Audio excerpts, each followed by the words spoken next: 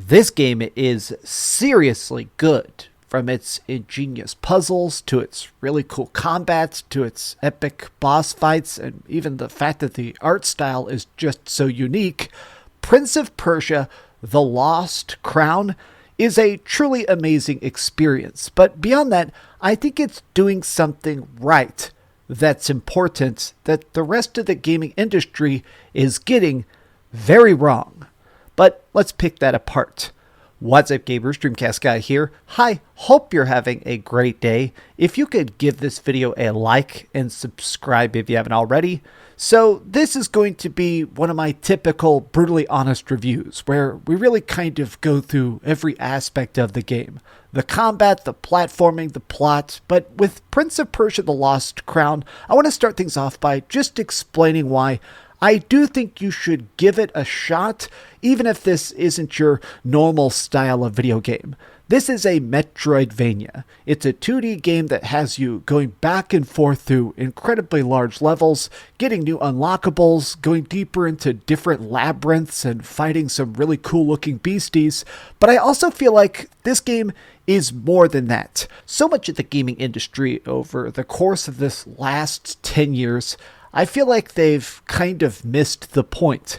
They have forgotten how to make games fun. They're so obsessed with battle passes and big, huge open worlds with 9 million checkpoints, or just trying to make 4K graphics that maybe look good but certainly don't play good. They have completely forgotten the original essence of video games, which is just picking up the controller and instantly having a blast.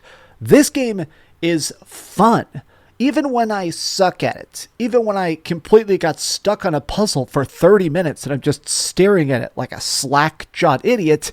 I was having a blast. So in Prince of Persia: The Lost Crown, we're playing as this guy named Sargon. You're one of the immortals. You're these super soldiers who have the ability to defeat pretty much entire armies by themselves. Well, after winning a big battle, you're having a celebration party, and somebody sneaks into the castle and kidnaps the prince, Hassan.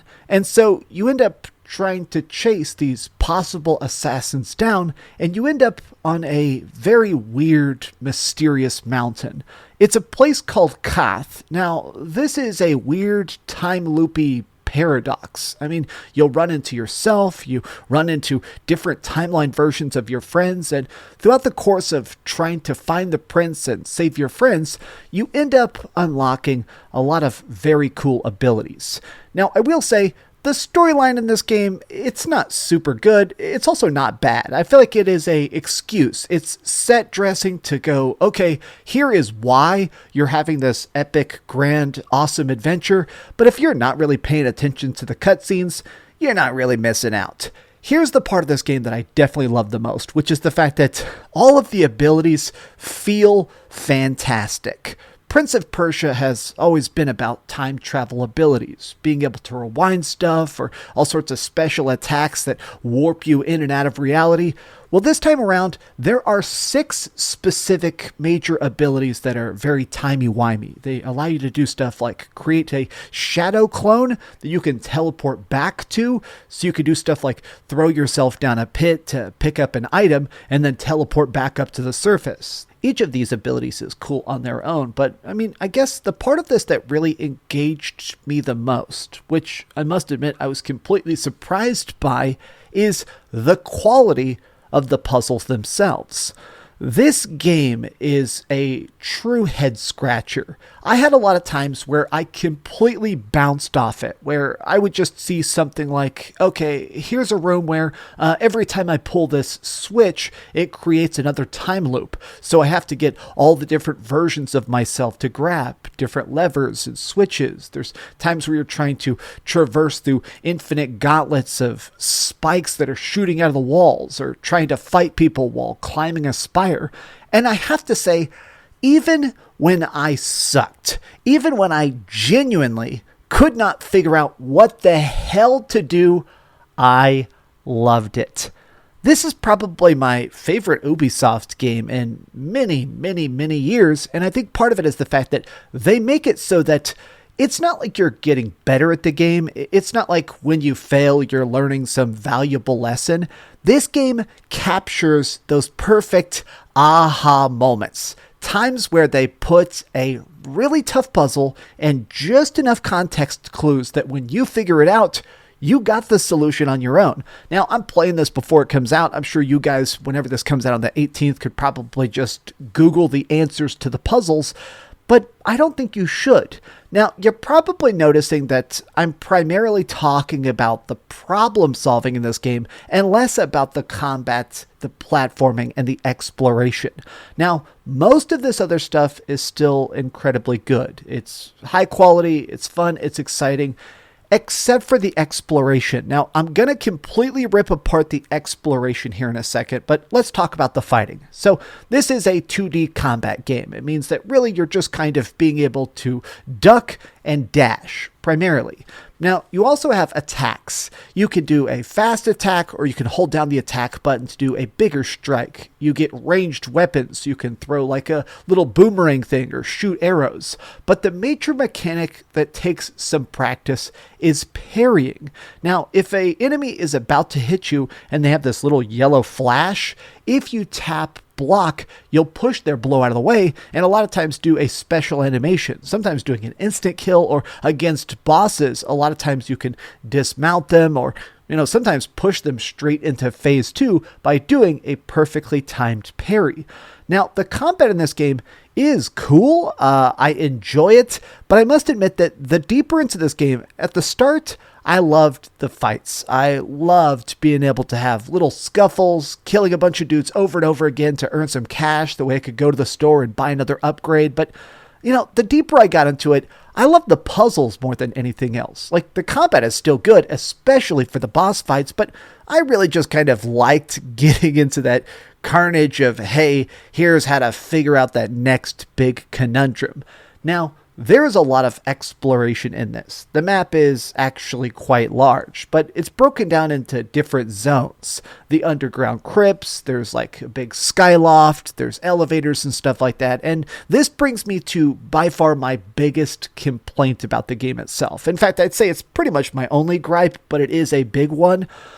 Fast travel points are incredibly random. I have no idea why, but whenever you want to fast travel, there are like these llama statues, and they're just in the most out of the way places most of the time. There will be a checkpoint, which are like these trees, but then a mile away, there's the random ability to fast travel. Now, the problem with this is that checkpoints are pretty few and far between. There were multiple times where I died, a nearby tree did not count as a checkpoint, and I got put back all the way across the map.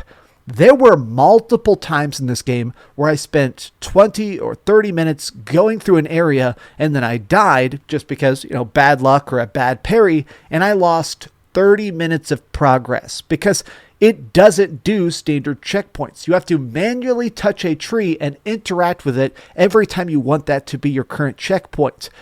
Now, again, the other part of this is the fast travel. The fact that fast travel points are hidden, they need to be unlocked and then manually activated. It makes it where when you're zigzagging around because you're unlocking new abilities, it does feel like they did this just to drag out the playtime a bit. We should be able to teleport from the trees themselves. Make it so that when I die, I automatically go to the nearest tree, and also let me fast travel from the trees. This would not hurt the game at all. I don't think it would break the universe, and it would just make it, if anything, a lot more seamless and playable.